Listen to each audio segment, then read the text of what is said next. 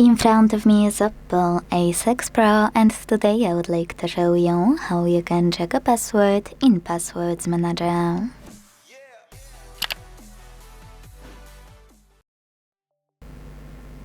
If you don't remember password to any app that's located in your manager, don't worry, you are not the only one, because those passwords autofill, many people forget them. To check them out, go into Settings and scroll all the way down to click on Google section available here. Then choose All Services. Scroll to hit Autofill with Google. And finally hit Google Password Manager to tap on any password you forgot. In my case, let's go with AliExpress one.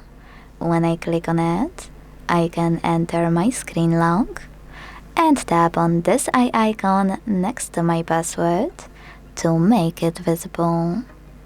Thanks so much for watching. If you enjoyed this video, leave a like, comment and subscribe. Bye!